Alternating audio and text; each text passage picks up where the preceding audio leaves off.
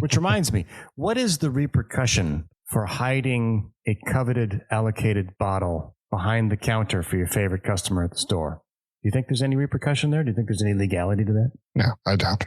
No. I encourage it because I'd like to, it's don't hate the player, hate the game. Yeah. So learn the game and win it.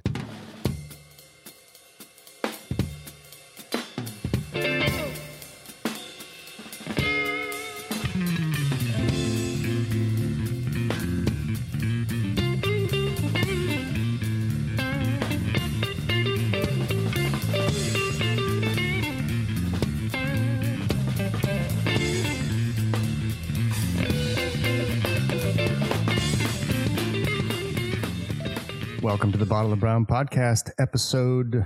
What episode is it? I have to think about this now, Leon. We're got to be in the high 90s. Got to be up there. I want to say episode 98.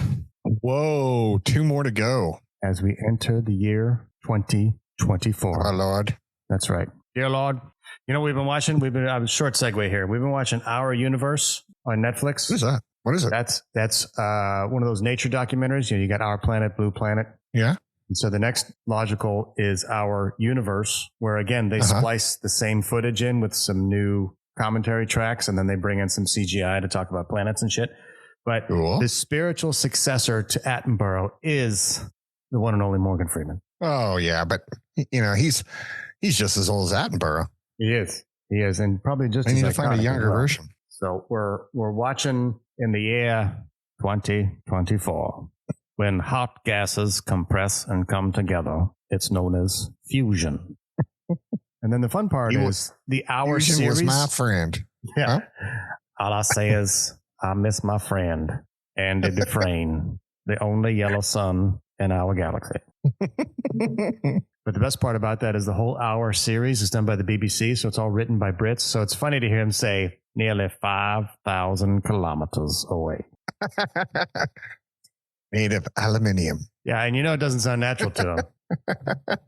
Anyway, we got a great show for the first of 2024. It's okay. It's okay. If you want to, it's the okayest show of the season.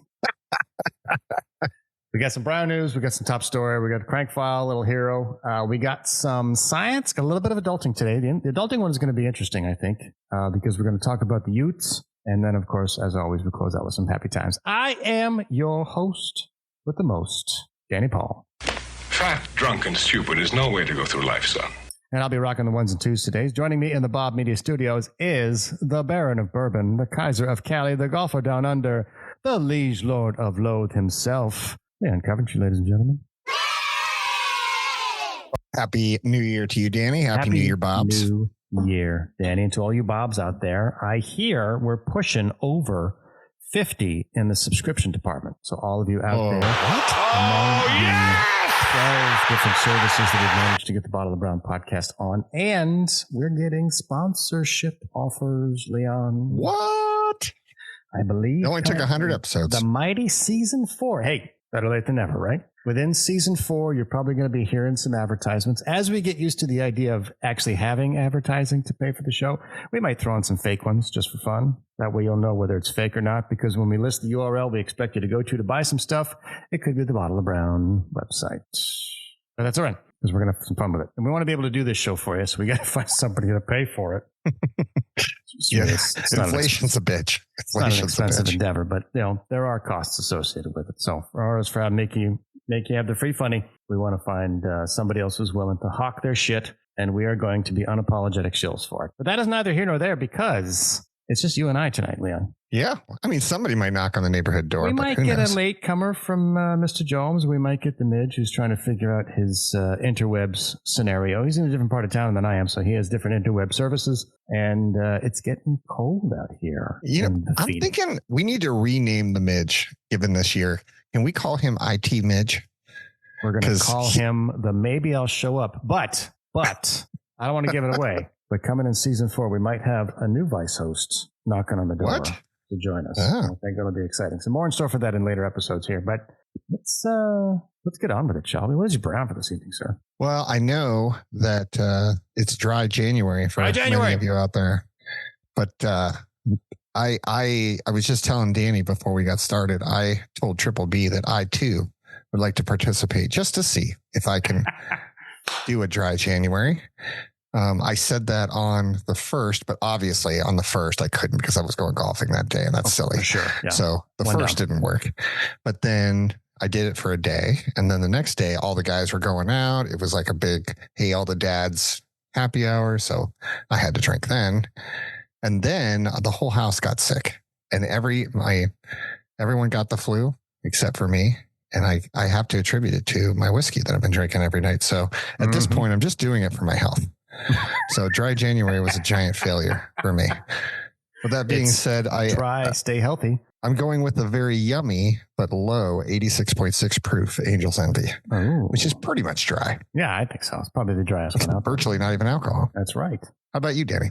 So I decided to go with a bottle of dry vermouth that I have in the cabinet, and I started to play around with a couple of different versions of what you could do with dry vermouth. Turns out there's not much. Basically, you can do a Manhattan or a version of a Manhattan or a version of Manhattan that'll so different that it'll get you on Whiskey Advocate. Tonight, I decided to go with an Old Pal. You know what's in an Old Pal? No. An Old Pal is bourbon, Campari, and dry vermouth with a little twist of orange. I don't know that I like vermouth, but I have to have some now. It's what do you think? It's refreshing. Refreshing. Okay. Can't really taste the bourbon, so I think that's the benefit of the vermouth and the Campari, because these are all, depression drinks or prohibition drinks, I should say, where they just added all kinds of sweet shit to drown out the white dog that they had because they couldn't get any. They had to hide it from everybody. But I have to say, what was your whiskey? Bullet.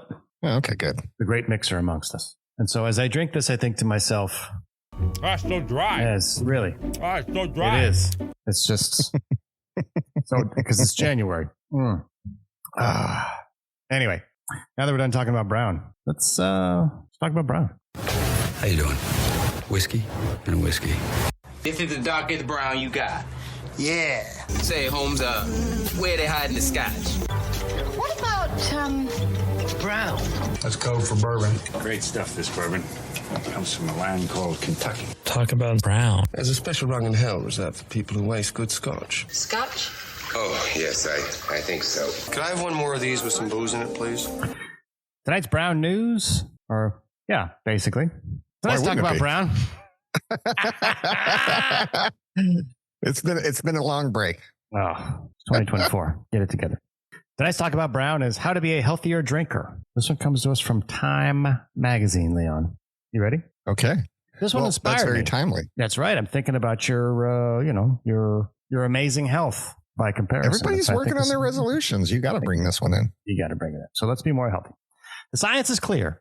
From a health perspective, the less you drink, the better. As we're not off to a good start. But alcohol is a cornerstone of nearly every personal and professional gathering, so you may not always want to abstain, nor do you always have to. Most people can make drinking in moderation part of a healthy lifestyle in a variety of ways. So saith the experts. Okay. So here's one way to do it. You got to take inventory of your habits. Your habits, Leon. Your habits. Becoming a healthier drinker starts with getting real with yourself. Have you had a problem with alcohol in the past, or do you now? Reflecting earnestly and honestly in an important first step, says Dr. Akash Shah, Chief of Addiction Medicine at Hackensack Meridian Health in New Jersey. Those with alcohol addiction issues are usually advised to abstain from drinking. Now, not sure if that's you? Consider whether you're increasingly snapping at or arguing with your loved ones about how much you're drinking, showing up late or not performing well at work, or unable to think of anything but your next drink. That sounds familiar. Time to stop. I would advise switching browns at this point in the story. So get yourself some Diet Pepsi, make some tea. Let's assume you've got your habits taken care of. Rule number 2, stick to the recommendations. Experts agree it's essential to follow federal guidelines to limit intake to 2 drinks per day for men, 1 day for women. Standard drink means 12 ounces of beer, 5 ounces of wine, or a shot and a half of our precious brown. Binge drinking, defined as having 5 or more drinks per occasion for men or 4 for women, is especially dangerous because it's associated with serious injuries and diseases, as well as a higher risk of alcohol use disorder. I am having my... I don't know about you, Leon, but I'm having my 2 drinks right now. Yeah. This is very depressing in the beginning. This is not the way I want to kick off the new year. All right, it gets better. Spread out your alcohol across the week. Don't have it all Friday and Saturday night. So for those of you Bobs out there that like to have a nice drink once a night or a couple times a week, you're doing it right. How If is you're waiting for 5 Friday, drinks a binge drinking game? I mean, it used to be a 12-pack. 5 at once. That would qualify as binge if you do the entire 12-pack. You're only supposed to do 12 ounces, not 12 beers. Although, what if you're drinking... Yeah, think about this now. What if you're drinking like Quaz Light or... I don't think anybody's drinking Bud Light anymore, right? We talked about that. Miller Light. Yeah. What if you're drinking one? You can have 12 of those, right? Well, I think that would be... I think you've crossed into binge at that point once you've had 12. But well, have a 6-pack on a Friday night? I don't know that you're a binge drinker. Come on. You can't even get a buzz off a 6. Over time, right? All right, so let's skip that one too. Next one, make a plan before going out. If you tend to overindulge, decide in advance how much you're going to drink and enlist a friend to help you stick to your goals. Maybe reminding you that you only wanted to have 2 drinks before switching to water or soda. There was a video that I wanted to send to you earlier, but I couldn't get it to load on Instagram. It was in those little portable jacuzzis that they test ski boats in. Mm-hmm. And the caption said, "Friend, come on, just one drink. It'll be great." And then 2 a.m. And they actually fired up the ski boat and boated right out of the jacuzzi into the fucking warehouse. You know what? I think what would be best is if we tried this out. Okay, you are the person going out and I'm the friend. Go ahead and pitch this to me. Let's see how this goes. All right, here we go. All right. Mm-hmm. Stay with me. Mm-hmm. There's a warehouse with brand new ski boats in it. And they're all in these gigantic... Okay. I'm in. We're drinking the entire time, right? I haven't even gotten to that part yet. The best part is they're in inflatable pools that don't go anywhere in the middle of a warehouse. Yeah, I'm in. So we never have to leave the boat. Yeah, I love it. Okay. Now, if you think you're going to cap me at 1.5 drinks, though, you're not my friend. Here's the thing. We're going to be in a boat. We won't actually be driving. And if you try and come at me and say you're boating under the influence, we haven't really gone anywhere. Yeah, the keys are over there, sir. Yeah. Well, sir, where are we going to go? We're floating under the influence. We're in a warehouse. We're testing the engine under the influence. Know what I mean? All right. So making a plan probably isn't. Let's move on. Don't drink on an empty stomach. No problem. Yeah, that's not a problem for me. You'll typically order a drink first at a restaurant, then figure out what you want to eat after that, but that can amplify the negative effects of alcohol. It would be much better to get your appetizers first, after they're delivered, then get a drink. That way, you won't spend 20 minutes or so drinking on an empty stomach because food slows down the rate of intoxication, research suggests. Boom! Okay, well, let's just back up. They used the word negative effects and slows down the rate of intoxication. Isn't that the fucking point? Yeah. That's a positive effect. That's what we're talking about. We're talking about being healthy. Well, God damn it. Research suggests by interfering with how quickly alcohol is absorbed into the small intestine, meals high in fat, carbs, or protein are particularly effective. Now, think of a meal that's high in fat, carbs, and protein. I'm sure you can think of one. Hot dog. French onion soup. Costco. Oh, Costco that's a good one, too. Costco dog. Yeah. For sure. Yeah. What do you think? Pho? Is pho fatty? Yeah. I guess if you get the right meat in there. Stewy kind of, but then you got to get the carbs in there. So that's like the noodles. Street meat. $2 burritos in the corner. Okay. So what we're one for 4. Okay, here we go. Choose your drinks wisely. Know the concentration of alcohol in your drink. If possible, dilute it. Not necessarily with wine, which is about 14% alcohol by volume, or beer, typically 5 to 7%, but spirits have a huge range that can be as low as 30 or as high as 70. One shot could deliver as much or more alcohol than a large glass of something else, so cutting it with water or another mixer and reading labels carefully is a good idea. Now, this is where I'd like Mr. Jomes to be in this conversation.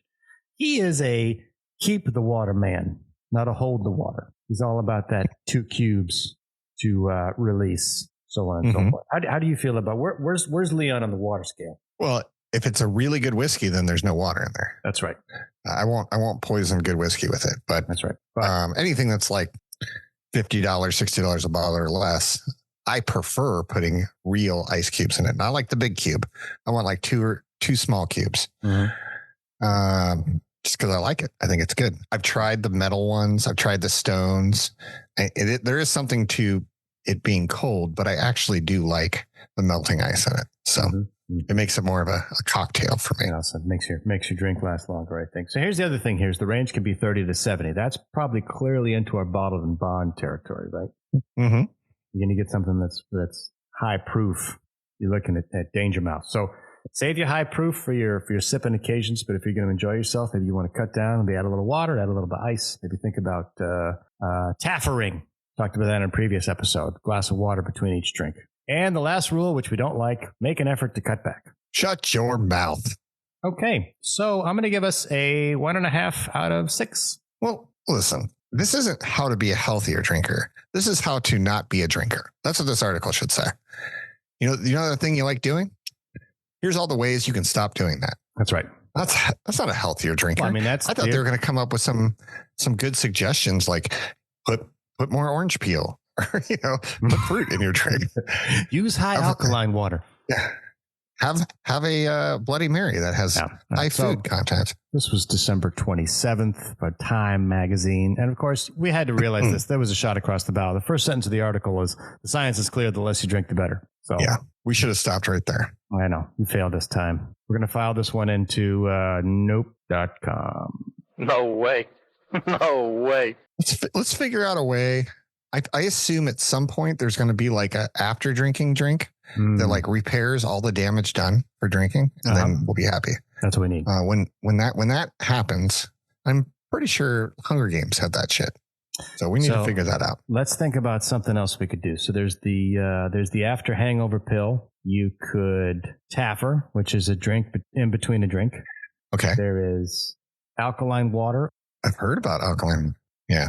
That wraps up how to be a healthy drinker. So I think that brings talking about Brown to a close. Let's get to our top story. News team, assemble!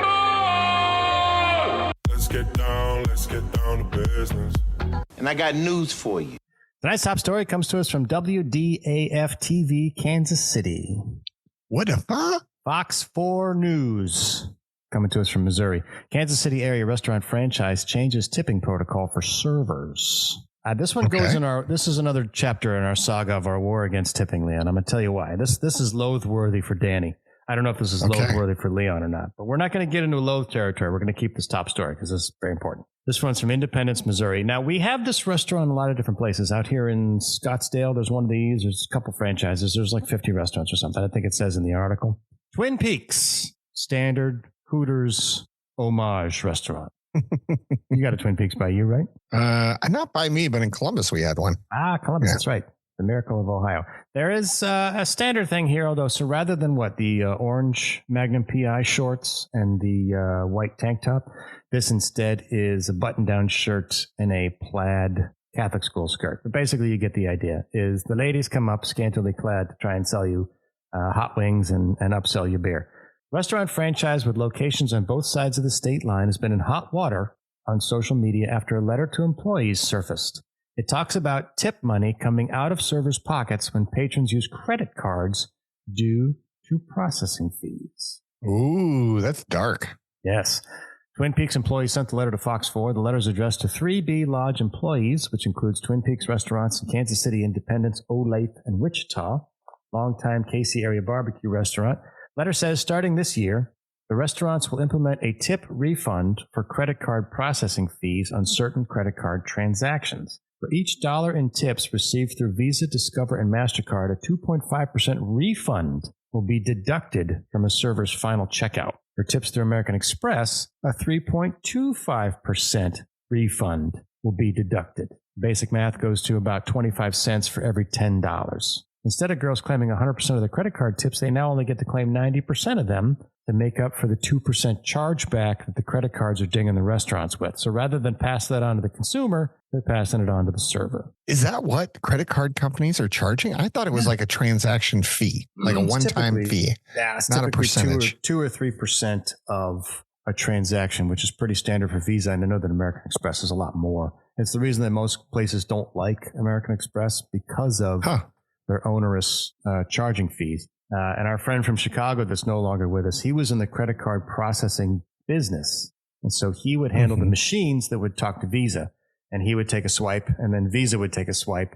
And then the vendor on the back end pays for all of it. So what you're finding now is it started with gas stations, and it's starting to make its way to restaurants and smaller businesses. And pretty soon you're probably going to see the larger stores is cash price, credit price. Because rather than pay the credit card company to be able to offer credit to entice customers to purchase goods and services from your company, they're now taking that credit card fee and passing it directly to the consumer to say, I know you're going to shop here anyway, so you can either pay in cash or you can pay my credit card fee for the privilege of paying credit. And basically what they're doing now is rather than pass that fee on to the customers in terms of raising rates on the menu, they're taking it directly from the servers. That's pretty fucked up, honestly. And the way they justify I think tipping's, you know how I feel about it, but that's still fucked up. We don't like tipping. But the idea is even if you do tip, if you tip with a credit card, it's very likely the company's going to keep that money and not pass it on. So if you think you're tipping and you're doing a wonderful job, guess what? You're probably not tipping them. Now, this was a big deal with some of these delivery services like DoorDash, where they're not giving the tip. They're keeping it and they're taking it as a form of payment, which again is bullshit. But the idea is the hit servers take only applies to credit cards, not cash. If you tip in cash, they get to keep it. Here's the thing. Who carries cash anymore? I try to for that exact reason. I always try to tip in cash. Yep. So the answer the owners gave is we don't want to comment. However, in the letter, they blame rising operating expenses and said, we understand this implementation may raise concerns, and we assure you that this decision was not made lightly. The Independence manager said they installed an ATM inside their restaurant, which is probably going to charge you a fee to pull cash out. It's just hard to get cash. I don't know. Nobody really carries cash anymore. You got Venmo. What if you get to the point Zelle like, yeah, I mean, when are we going to start paying with those? And will there be a fee associated with that? It seems like there's always going to be a fee. MasterCard and Visa are they've got to see the model changing soon with Zelle and Venmo. And I think they're going to have to figure out how they're going to compete with that because Venmo's way, way lighter than those fees, 2.3%, 3%. Yeah. So Block or Stripe takes something like 0.29%. And the idea is if you have enough volume going through, then they'll make it up on the back end because it's all digital. So they're not actually worried about credit card processing machines where you stick the chip in and it's got to read the chip. It's going to ping the server. The server's got to, there's not a lot of back and forth. The whole idea is that it's all done digital with software. You take a picture on your phone or Apple Pay, which is it's all done inside the phone. The phone is the hardware. So we carry around credit card processing machines with us everywhere we go. And if it isn't Apple, it's Android. There's Android Pay as well, or Amazon Pay, or so the idea is basically Visa and MasterCard are deck chairs on the Titanic. Yeah, I'm starting to think that. This is probably the beginning. If they're going to keep charging those fees. Right, because you got to ask yourself, what is the value of it if you could simply do Venmo, Cash App, PayPal, some of these others. But I thought it was worth the conversation of if you tip at a restaurant, if you don't like tipping anyway, this is just one more reason not to tip. But if you do tip and you like tipping and you think tipping is a good thing, it may frustrate or infuriate you that if you tip on a credit card, the server might not actually see that tip. So I think as good Samaritans, if you do want to tip, try and tip in cash if you can, because if there's no tip on the check, that means the server doesn't log it as income, which means that cash goes straight to them. There are some workarounds here legally. You could think of it as a tax-free gift. We don't have any CPAs on the show at the moment. So any Bobs out there that understand tax policy, let me know if my tax-free gift idea works. But basically, it's under the table. Tip them in cash, tip them whatever you want, but try not to tip on the card because it's not going to them. It's going back to the organization that should just raise their prices in order to cover all that stuff. But that's where we are. Okay. So shouldn't be any tipping anyway. Raise the price and pay your people. Yep. That wraps up our top story. Let's get to the crank file. I could look for something in the crank file. Crank file. Whatever. Tonight's crank file comes to us from CNN. I figured this was sacrilege for Leon. I'm shaking with anger before you read this. For this product in Leon's heart. I'm shaking. Kraft's newest mac and cheese is ditching cheese. Plant-based mac and cheese. It is vegan, no artificial dyes, original flavor, and white cheddar.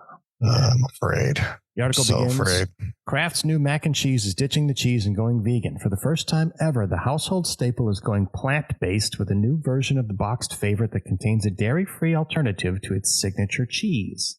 It's called Kraft Not Mac and Cheese and will soon roll out on grocery store shelves in two flavors, original and white cheddar with shells, each priced at $3.49 a box. Kraft partnered with... Can I just stop it here? Jump in. At what point is rational society going to jump in and say the vegans are ruining everything? Tell them to shut the fuck up. I mean, I don't know if that's going to happen. We need to end this. They are ruining it for everybody. Yeah, part of me. You know what I'd like to know? I hear you. I hear what you're saying. What percentage of Kraft mac and cheese is actually fucking cheese anyway? Like, how many of us really even think it's cheese? Like, I know it's not cheese. It's like probably 10% cheese anyway. Sounds like you're making their argument for them. No, I know. So let's just all settle on the fact that it's only 10% and move on. That is stop calling it mac and cheese. No, I'm just saying that this is where we could find common ground, and that's what compromise is all about. I accept that it's not 100% cheese, but you have to eat it because it's 10% cheese. Boom. That's compromise. That is a bit of a compromise. All right. That's how you make the world better. Kraft, mac, and powdered cheese product. That's right. Doesn't really roll off the tongue. There's no way this is a healthier option, by the way. Oh, well, let's get into that. To create new mac and cheese alternative, which is in response to the growing hunger for better for you, quote unquote, products from American consumers.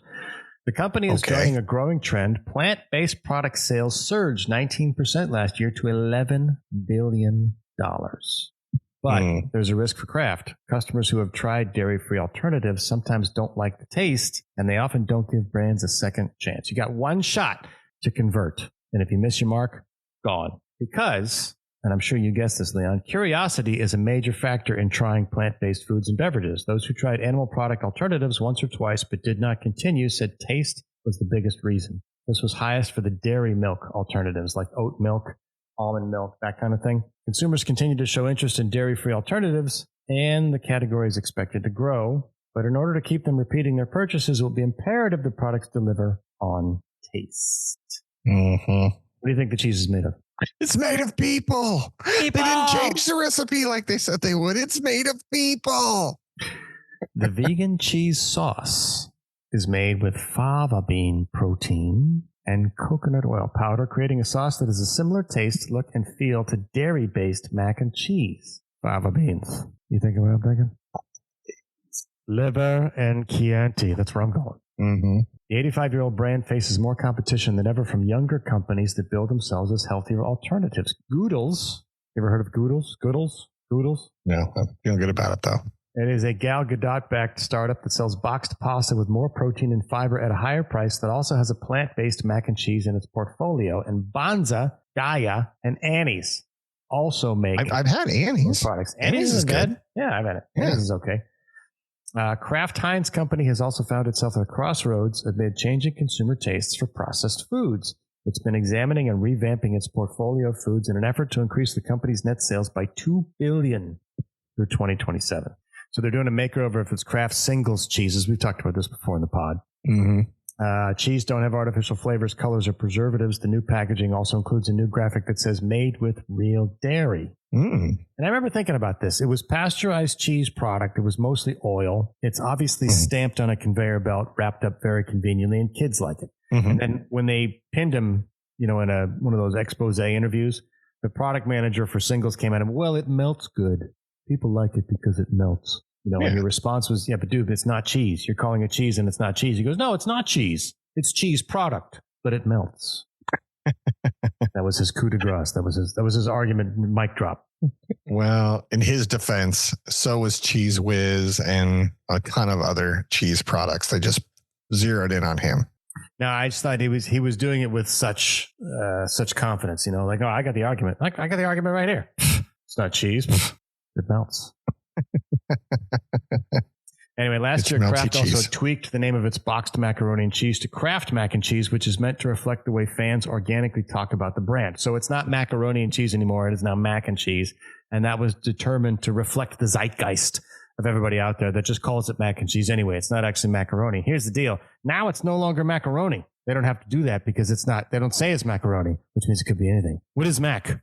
Who knows? Could be people. It's made of people. That's basically what we're saying. Is this is Soylent Green. This is how it starts. Plant-based. As in a plant where they manufacture things. Property, plant, and equipment for you accountants out there. But yeah, so, okay. We're literally just talking about the packet of whatever. I thought you would have sounded off on this. I thought this would have been a thing. It's actually not powder, though. It's a sauce. Yeah. Okay. It's a sauce. Like Velveeta. Ah, interesting. Okay.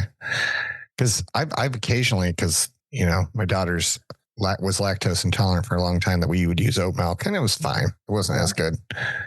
So that was as vegan as it gets. Yeah, my kids like Velveeta, and it, I have one of those moments when I'm making it for them, but they like it and they eat it. So, What's the verdict? I used to eat those singles. Kraft not mac and cheese. What's the verdict? $3.49 a box. What do you think? Nope. Hard pass. Hard pass. Hard I'm pass. looking at net weight 6 ounces. That's not a lot. No. 6 ounces of not mac and cheese for $3.49 a box. Yeah. Nope. No way. No way. All right, you've been warned, Bobs. It's coming. Might even be on your grocery store shelves by the time I get my ass in gear and publish this episode. This episode's been sponsored by Kraft, not mac and cheese. This episode has not been sponsored by Kraft. Just like it's not mac and cheese, it's not a Kraft sponsorship. They wouldn't be after this. They wouldn't like our review very much. That wraps up the Crank File. Let's get to Hero of the Week. Of the Week. This one comes to us from Florida. It is a Hero of the Week. This one is Fox 35 Orlando. This one, I'm gonna be conflicted on this one, Leon. I have to think about the circumstances of this one. I'm a little conflicted on whether or not this is a good hero or a bad hero.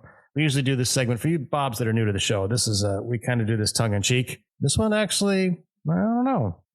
Let's think about it. Oh, anyway. I like a little debate on whether or not it's a hero or not. You be the judge. Axe-wielding Florida woman threatens roommate because for not packing up fast enough. Deputies say, chop, chop. That's a great headline. An axe-wielding Florida woman has found herself behind bars after threatening her former roommate as she was moving out of her house, according to the Marion County Sheriff's Office. Andrea Cabrera was arrested and charged with 2 counts of aggravated assault with a deadly weapon and 1 count of subsequent battery after the incident that unfolded in the 14,000 block of Northwest 21st Street in Citra on Monday, according to an arrest affidavit. Cabrera had a new roommate living in her house for about 4 or 5 days, but kicked her out because their arrangement wasn't working out, quote unquote, according to the affidavit. The woman asked her friend to come help her, but according to Cabrera, they weren't packing up fast enough. The 52-year-old woman was becoming more and more agitated as she was trying to make them pack faster. That's when she armed herself with an axe, according to the affidavit. So very slowly and methodically putting things in boxes, being very precise about the tape. Where should this box go? I don't know. Where should this box go? Is that the right box for this? Oh, don't break it. It's very sensitive. And in comes Cabrera, who says, quote, I'm going to fuck you up, unquote. I feel like there's a large piece of information missing, which is what caused this level of aggravation. What caused the breakup of the roommate relationship is probably what you want to get to. But Cabrera reportedly told the woman and her friend before swinging the axe into the wall a few times.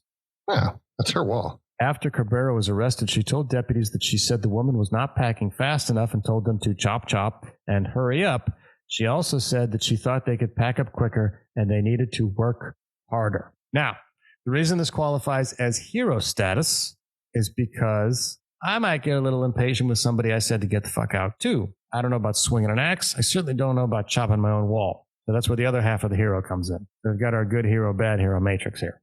What are you thinking, Liam? Well, I will do this from 2 sides. From a rational person living in a home and has been with really crappy roommates, I think this is a bit too far unless some really dangerous stuff came out and it was like, you need to go.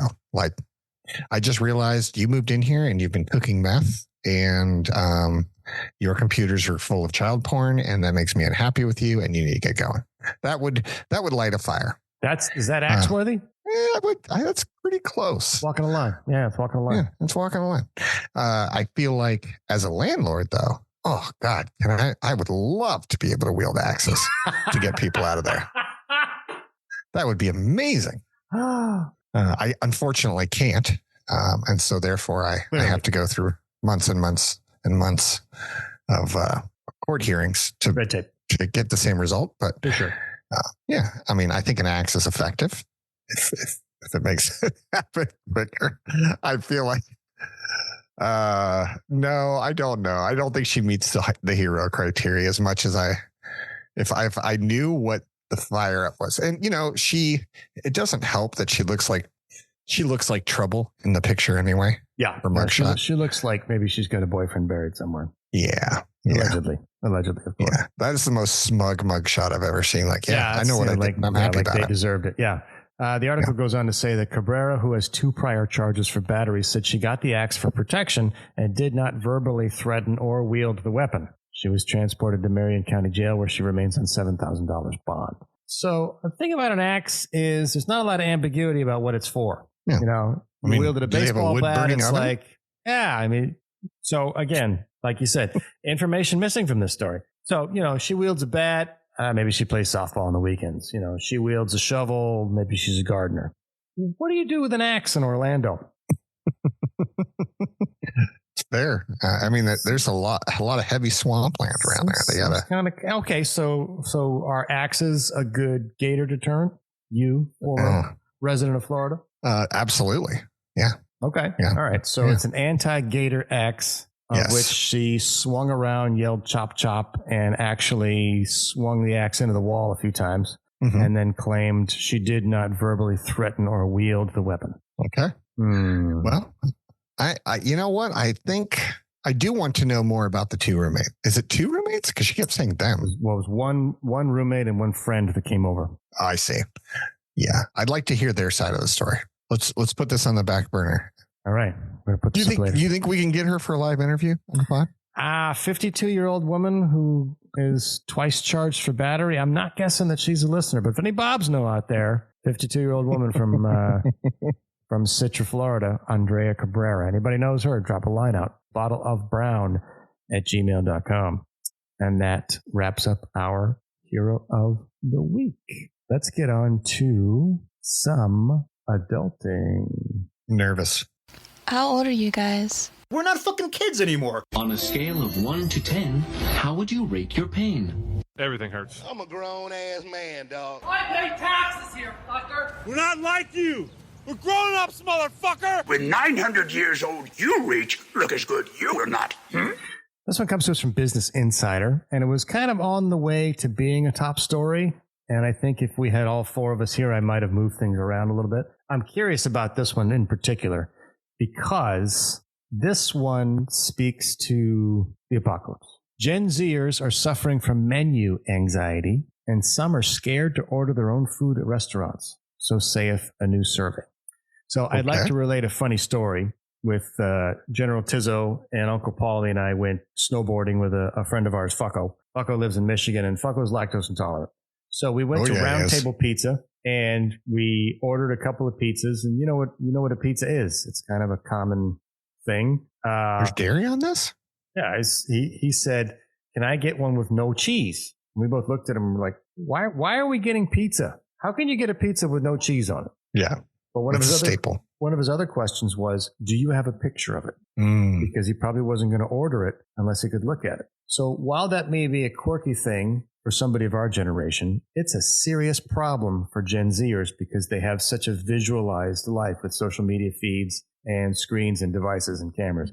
They really can't, they have a hard time making decisions unless they have that visual reference. So the article goes on to say, Gen Z struggles with anxiety or affecting their dining habits, with most admitting to dealing with menu anxiety in restaurants, so saith a new survey. British restaurant chain Prezzo, which serves Italian cuisine, surveyed over 2,000 people in the United Kingdom about how at ease they felt when they ate out, and found that 86% of Gen Z had been impacted with menu anxiety when dining in restaurants, compared to 67% of all respondents. So we're looking at 25% increase over everybody, but everybody is more than half. Like 2/3 of people say they have this menu anxiety. So let's talk about it. Menu anxiety was largely triggered by the cost of the meal, not being able to find something they like on the menu, and regretting what they ordered. Over a third of millennials said having too many options on the menu was also a trigger. One of the reasons that In-N-Out Burger is the best restaurant ever. Yep. 38% of Gen Z and millennials said they wouldn't go to a restaurant if they hadn't looked at the menu beforehand. And a third of Gen Zers also said they ask other people to order at restaurants because of this anxiety. And you got to think I'm married to one of them. Right. So what if the plate shows up and you don't like it? What do? You send it back? You know, if you send it back, they're going to spit in it. Yeah. You're taking a risk. It's a risk. Going out is a risk. But here's the other thing. I think you've built it up too much at that point, because when I go to a restaurant, first of all, I don't usually know what I want to go to. unless it's like a major event, you know, anniversary, birthday, whatever. But if it's just a regular, hey, I don't want to cook, honey. Do you want to cook? Nope. All right, let's go out. I don't need to know what's on the menu. I don't even need to know where we're going. When we get there, I'll decide what I want. And so if I order something that's not awesome, I don't have like this long predetermined expectation of what I ordered. Now, Triple B, on the other hand, she will look at a menu way in advance, probably dream about this thing that she picked well in advance for days and days and days. And then you get there and order it, and trying to live up to the expectations that you've set for it over the last week is pretty tough to hit, even for a Michelin star chef.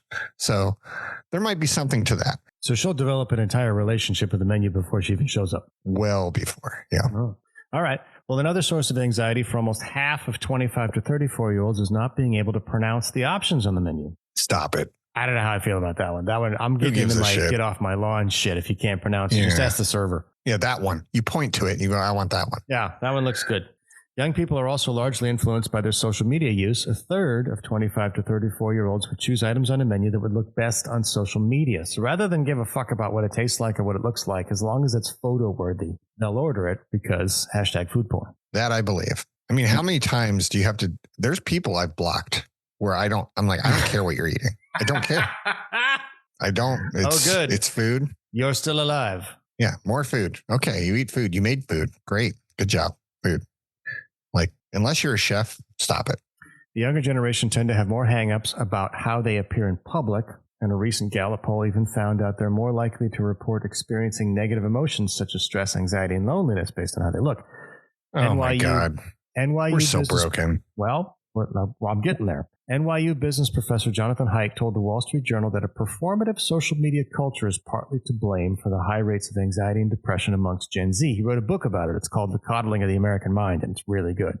He says, we have a whole generation that's doing terribly. You're not creative. You're not future thinking. You're focused on threats in the present. Social media is also playing a major role in Gen Z's dining options. Nearly 40% of Gen Z prefer searching for things on Instagram and TikTok rather than Google or Google Maps. And executives at fast food chains in the U.S. previously told Business Insider that Gen Z tend to order a lot of takeaway, and when they do eat out, it's with a big group.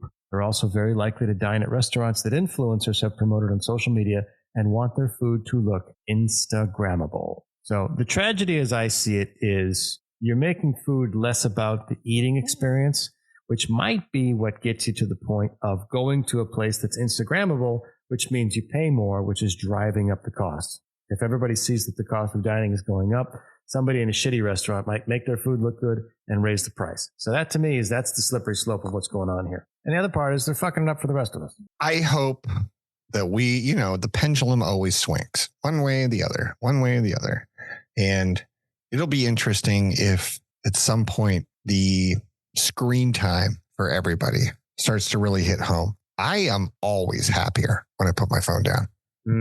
It's hard to do it. I'm addicted. I'm 100% addicted. I do love that feature on Apple. Do you have an Apple phone? I do. I don't know if Android does it. That's what I was asking. But if it gives you a summary of screen time, there's a target I have. I want to be under it. Yep. So, and I think, a lot of decent news comes out, unfortunately, in the social media platforms, which sucks you in, but also so does all the crap. And once you start going down all the comments, the dark hole of all the comments, then you're in bad territory. But you can't help because it's so entertaining. It is a time suck. So I'm going to make a bold prediction here, Leon. We are going to reach peak feed within 5 years, and then people will start backing off of it. I think we may have reached peak feed now. But as a method of ingesting information, I think that we're going to start to see, and either I dreamt this or I read this somewhere and then dreamt it, but I'm calling it out here first on the Bottle of the Brown podcast. Within 5 years, we will have reached peak feed and we'll start backing off. I think you're going to see less of small bites. You're going to see less of short form stuff, and you're going to see less of people doom scrolling because I think it has that effect. And I think we're starting to run into at least an avalanche of anecdotal evidence. Whether or not we actually get the physical evidence, I think you're going to run into problems. So I thought this was interesting. menu anxiety. Oh, I don't know what to order. What do you recommend? Well, I recommend the highest profit. I mean, is that the most first world problem shit you've ever heard in your life? Like, let's just go ahead and take this story down to Zimbabwe and share that with them. Yep. Let's go to Mali and let's ask the kids if the 1 cup of rice they get a day that keeps them from dying is Instagrammable. Right. Does it give you anxiety if they have brown rice or white rice on the menu? Is that too many options for you? And then it's the stupidest bullshit I've ever heard. Our Getty image graphic here is a nice Latina girl with a too big turtleneck who's gazing longingly at the menu going, which one of these? If you're a Bob out there where menus give you anxiety, take a good hard look at yourself. Take a good hard look at yourself and wonder, what have I become? And we want to hear from you. bottleofbrown@gmail.com. Food for thought, Leon. Oh, I got a loathe coming building on this one. Ooh. That one really gets me. Tasty. I'm not doing it tonight. All right. Save it. Save it for later. Could be exciting. Because we are done with adulting. It's time to move on to science, technology, space. 5, 4, 3, 2, 1. Science isn't about why, it's about why not. Technology. Yes, science. Technology. Space. This one comes to us from Virginia Tech News, dated 2nd of January, 2024. From a study, all along the eastern seaboard, from New York City to D.C. and beyond, cities on the East Coast are sinking. Oh, these are all the people that said California is going to fall in the ocean. I can't wait to hear this. It's all going down. So the graphic you can see here on the screen is what looks like a scientific graphic. Not an expert. The above graphic features a spatial map of vertical land motion on the East Coast, primary, secondary, and interstate roads on Hampton Roads, Norfolk, and Virginia Beach, Virginia. The yellow, orange, and red areas on these maps denote areas of sinking. So we got all the way from New Hampshire up here at the top, all the way down to the tip of Florida, right before the Keys in Miami. And you can see, based on the heat map, that Savannah's in bad shape, Charleston, Norfolk, Lewis, Delaware, Delaware, and, of course, the bastion of all romantic relationships, Atlantic City, New Jersey, sinking into the earth. Yeah, when you look at that map, it looks like the hardest sinking stuff is up just north of Norfolk and comes south of Atlantic. You know what it is? Atomic Are you getting the screaming in the background? Is this good? Not good coming through. Podcast material? Not coming through. Okay, Let's hope it doesn't. What I do want to make a point, the Florida, which has been bombarded by hurricane after hurricane after hurricane after hurricane, which is only like 1 foot above sea level anyway, not sinking. No, really. Not really. So, no. Jacksonville's pretty good. Miami's pretty good. A little bit here in the middle. Well, Daytona can go. So. Yeah, well, you've seen it. The article begins, major cities on the U.S. Atlantic coast are sinking, in some cases as much as 5 millimeters per year. A decline at the ocean's edge that well outpaces global sea level rise, confirms new research from Virginia Tech and the U.S. Geological Survey. Particularly hard-hit population centers such as New York City and Long Island, Baltimore, and Virginia Beach and Norfolk are seeing areas of rapid subsidence, or sinking land, alongside more slowly sinking or relatively stable ground, increasing the risk to roadways, runways, building foundations, rail lines, and pipelines. Continuous unmitigated subsidence on the U.S. East Coast should cause concern, said lead author Leonard Ohenhen. Nailed that. Graduate student working with Associate Professor Manucher Shirzai. Nailed that too. Virginia Tech's Earth Observation and Innovation Lab. This is particularly in areas with a high population and property density and a historical complacency towards infrastructure maintenance. There it is. It's always maintenance. So these groundbreaking new maps show that a large area of the East Coast is sinking at least 2 millimeters per year, with several areas along the mid-Atlantic coast up to 3,700 square kilometers or more than 1,400 square miles, sinking more than 5 millimeters per year, more than the current 4 millimeters per year global rate of sea level rise. So the sea level is going up 4, and these guys are dropping 5. So that's a 9 millimeter delta. Now, for those of you that don't like to do the math, that was some quick typing. 1 inch is 25 millimeters. So they're dropping an inch every 5 years. Oh. Now, you may not think about an inch every 5 years being a big deal, but every 60 years, which is typically 2 generations, you lose a foot. You notice a foot. Well, so it seems like it's the actual weight on it more than anything else. Right. And a lack of infrastructure maintenance. So they're not taking care of what's underneath. Okay. Why the geological how do you do service that? is paying attention. Well, I imagine you got to do something to refortify the ground. If they're talking to the U.S. Geological Survey, that's, geology is the study of pressure and time. Well done. I know that it's not the Salesforce building, but there is a building in San Francisco that they built and it's sinking at a ridiculous rate, and they don't know what to do about it. Yeah, it was an apartment building. Yeah, is that what it was? It was a fairly new building, and San Francisco in general is unstable ground. So let's see. San Francisco's infamous Leaning Tower has been fixed, allegedly. Oh. This is according to the San Francisco Standard. So they maintained the ground. The Millennium Tower. $100 million construction effort to address the sinking and tilting issues at the Millennium Tower, an infamous leaning luxury condo building in San Francisco's Soma district, has been substantially completed, according to the building's homeowners association. That was as of June 2023. What? So, you've never heard of the Millennium Tower? Never heard of the... It's the building that made the Kessel Run in less than 12 parsecs. You've never heard of the Millennium Tower? It's the building that required $100 million to stay standing. It's straight enough for you. It's the most expensive HOA ever. 545-foot tall Millennium Tower has only continued to tilt further and sink deeper west in spite of architects' best efforts. Yes, the Millennium Tower in San Francisco. Well, I'll never forget that name now. As fast as Virginia Beach. Yeah, well, there you go. The problem is not just that the land is sinking. The problem is that the hot spots of sinking land intersect directly with population and infrastructure. For example, significant areas of critical infrastructure in New York, including JFK and LaGuardia, airports and their runways, along with the railway systems, are affected by subsidence rates exceeding 2 millimeters per year.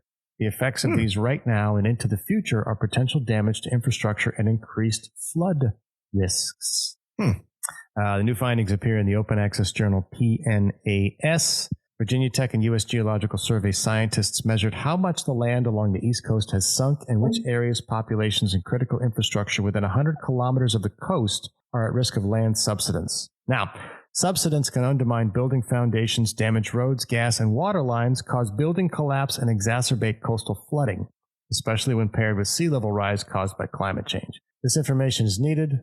No one else is providing it, said Patrick Bernard, research geologist with the USGS and co-author of the study. Shirtseye and his Virginia Tech team stepped into that niche with his technical expertise and is providing something extremely valuable. I hope we should send this to Mr. Musk so that his boring company doesn't fall victim to this. Out there and save this action. So everybody was hoping for Superman, where the missile hits the San Andreas Fault and California slides into the ocean. Turns out you're looking at the wrong coast. No kidding. That's very vindicating, actually. Yeah, it looks like the southeast corner of John F. Kennedy International Airport is particularly bad shape. You know what? That whole place can fall in the water for all I care. I know. Connections take so long, and they never finish the international terminal. That wraps up Science, Technology, Space. That's our show. You can email us at bottleofbrown@gmail.com. Give us a call. Do leave a message for Danny, Leon, the Midge, Mr. Jomes, or any of our special guests. Tell us what you liked, what you didn't like. We want to hear from you. And if you like our show, please give us a 5-star review on our podcast app. Share your favorite episode with a friend. Every positive review makes it easier for others to find the show and join the Bob community. We're on Apple, Spotify, or wherever you get your podcasts. Share a quiet drink with us next episode. Same brown time, same brown channel. bottleofbrown.com.